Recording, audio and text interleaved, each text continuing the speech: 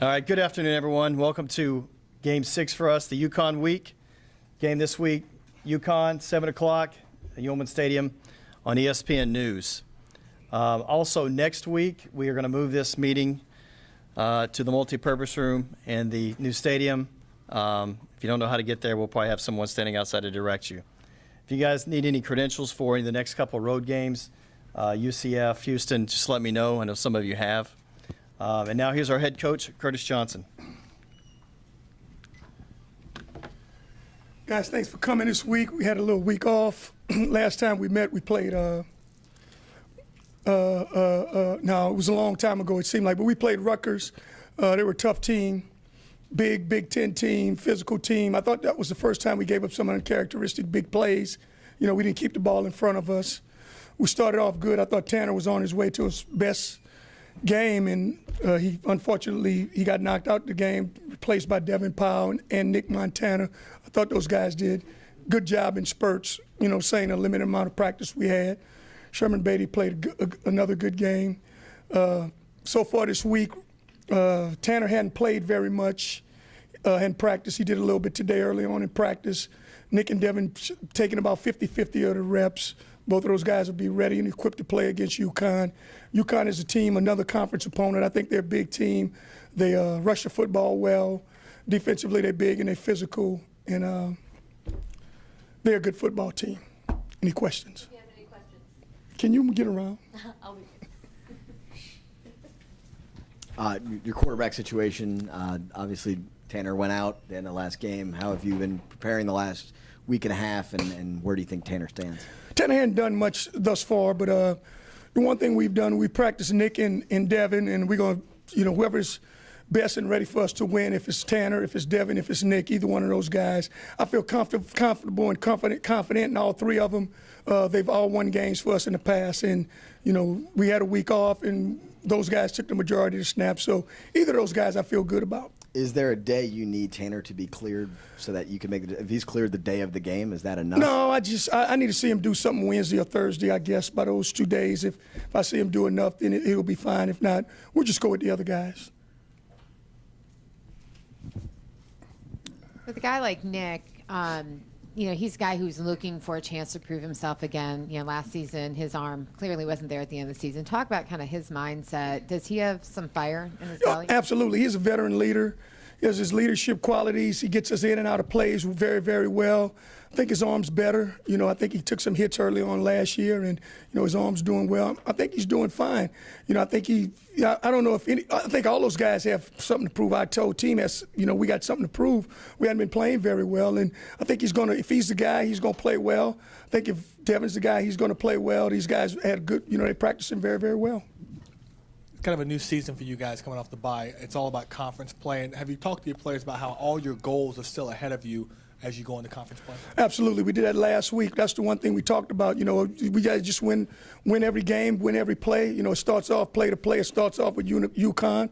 And each play, you know, you win the play, then you win the game, and then you go into the next game. You know, so everything is definitely in front of us. You know, we're practicing like it's still in front of us, like our guys still eager and willing to play. And, you know, I like the way where we are.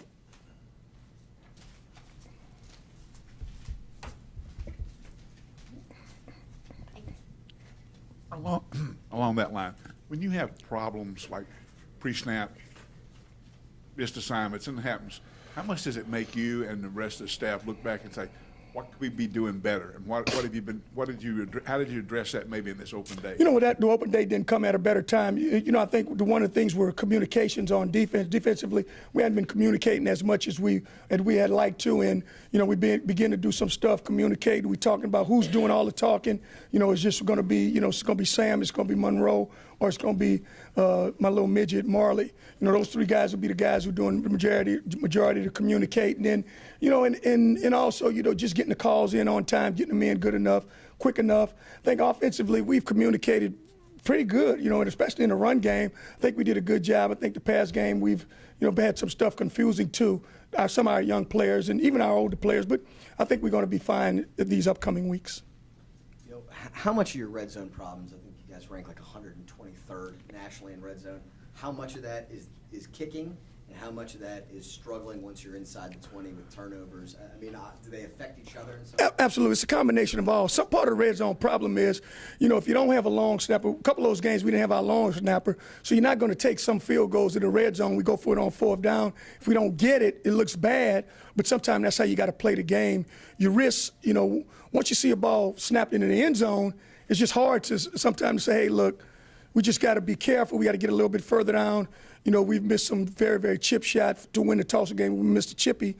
So you're just a little bit nervous about sometimes sending those guys on with that operation. Your number one long snapper's hurt. So, it's a combination of both. I've had to make some decisions to put some of those guys in the bad positions. But I think, once everything clears up, our snapping problem, I think, is getting a lot better. And I think we'll be fine. Is Lozanich going to be able to play Saturday, or are you still not know? He had not practiced yet this week, so if he doesn't go by tomorrow, I would say no. And how much defense is changing up coverages inside the red zone against you guys? Tanner threw into a couple of, a couple times they do it. It's a few. It's stuff that, later on I would say later on in the year, Tanner will definitely recognize. I think sometimes he presses, and instead of just read, sometimes the coverage doesn't matter. You just got to read your keys and read your progression. If you do that, I think you'll be fine. And, sometimes he gets, like I said earlier, gets a little greedy. But I think he's learning and just sitting this week, going back through all the games, I think he's learned some valuable lessons. Zachary Harris, is there any word on him yet? Yeah, he's out. He's out for the year. He had a season-ending knee surgery. When was it? Maybe last Wednesday. Okay, and then, that leaves a little hole at linebacker. I mean, do you expect to kind of use that nickel package more? Are you happy with Nixon there?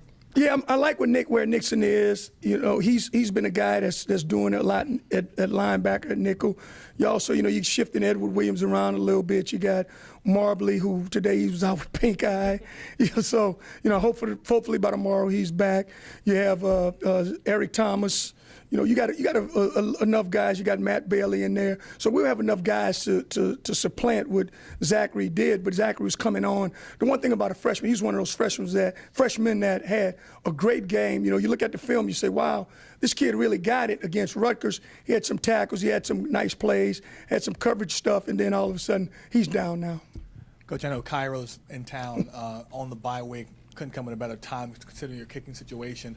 He said he's been kind of trying to get Andrew to simplify things, small targets, small misses. How much are you hoping, it's probably an obvious answer, that some of Cairo rubs off on Andrew as far as confidence and remembering that you haven't just forgotten how to kick? Just being around Cairo was one guy that's so positive about everything. And just because he's positive, I think Andrew needs a little shot in the arm, just a little dose of a positive medicine. I think Cairo gives that to him. And then just having the opportunity to see Cairo on TV, see Cairo do some things. Cairo was kicking the ball real well. Cairo had his struggles early on in the year.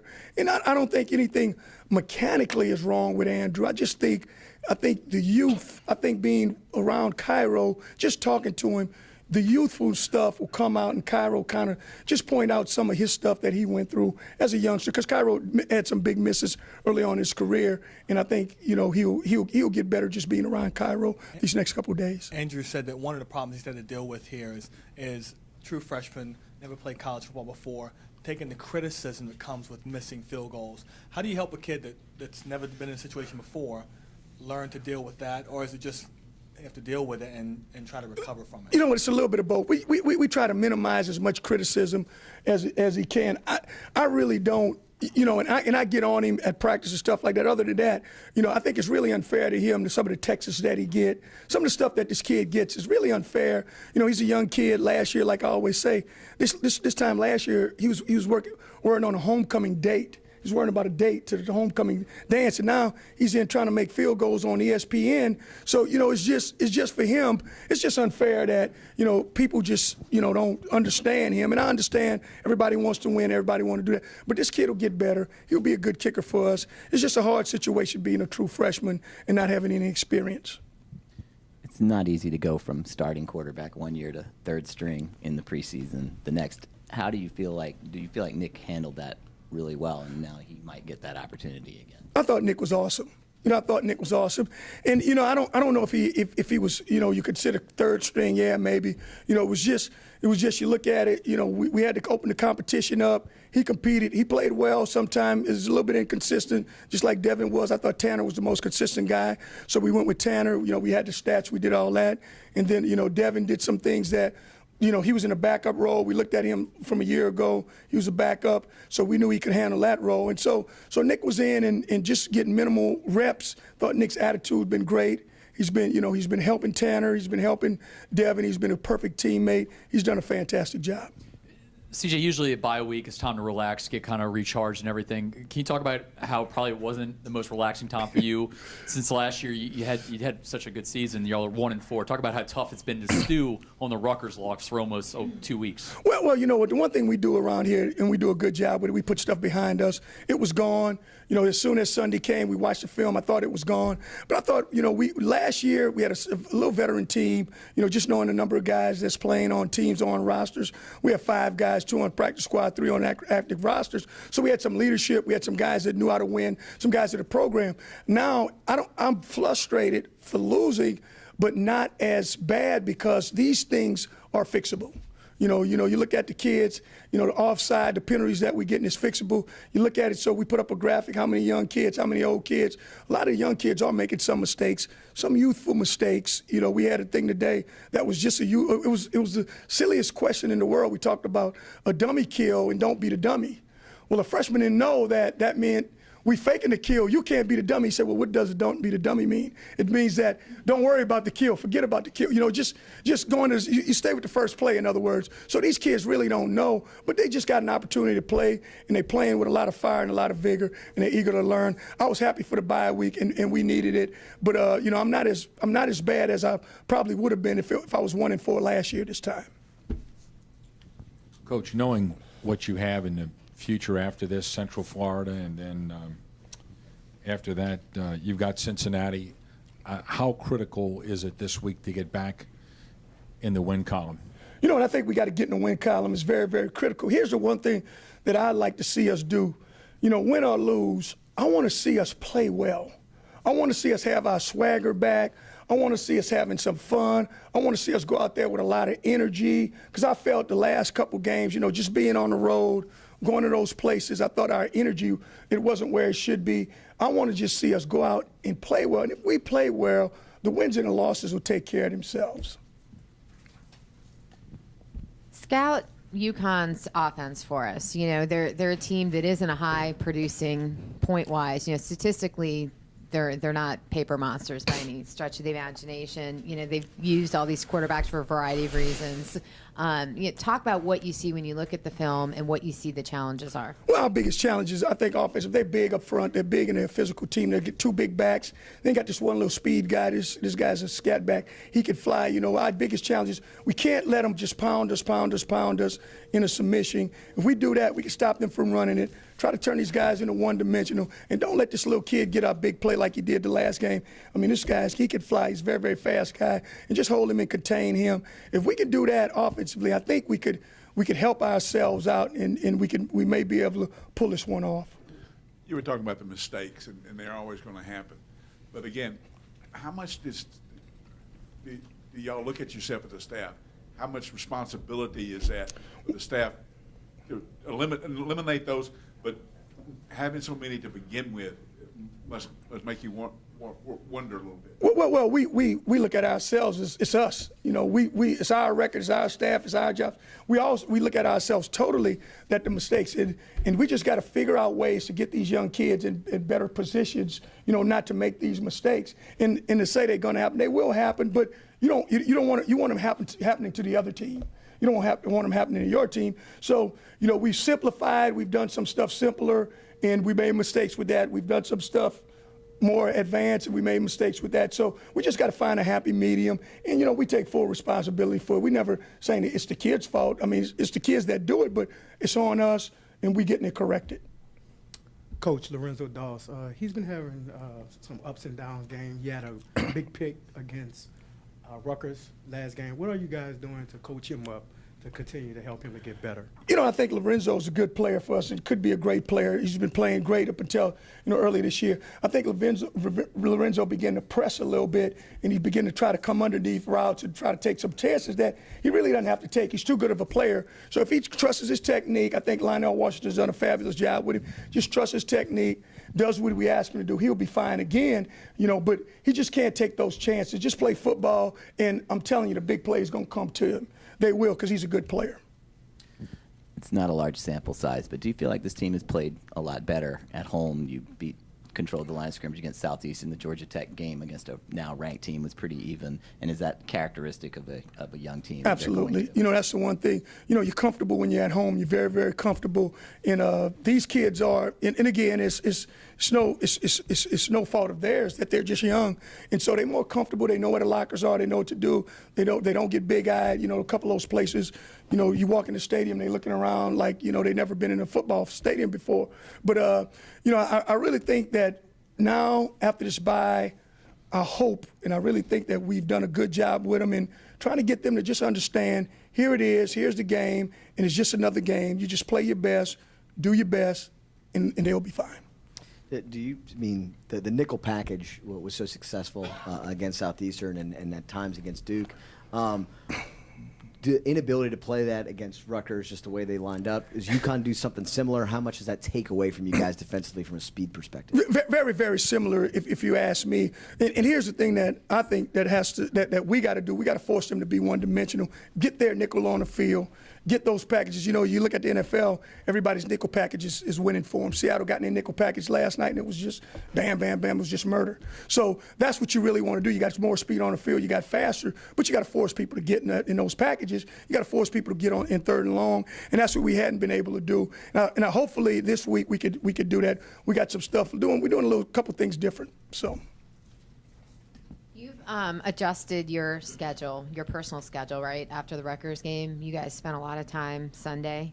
Am I misreading that, or no, did you pour more hours? You're absolutely right. We just feel that with the youth of this team, we had to spend more time self-scouting, see who's making the plays. If you look at it, a lot of these young kids are making a lot of plays, so it's you're risk and reward. Do I want to put Sherman on the bench? Well, no, I don't want to put Sherman on the bench. Do I want to put Marley on the bench? He's made some mistake. Well, no, I don't want to put Marley on the bench. We just got to calm those guys down and get those young kids playing better and better and better. And I think we're doing that, and we wanted to do a self-scout. That's why we were here those couple of days. We self-scouted us and saw where we were, what we got to eliminate, what we got to keep, what we got to do more of, what direction we got to go in. Do we have to shrink some packages? And I think we found a happy medium. Did you simplify some stuff? Some stuff we did, but it was already pretty simple. I wouldn't say simplified it. We're going to use some stuff more. Last year you had a ton of turnovers. You were able to get a bunch of them, and you were plus 11 for the year.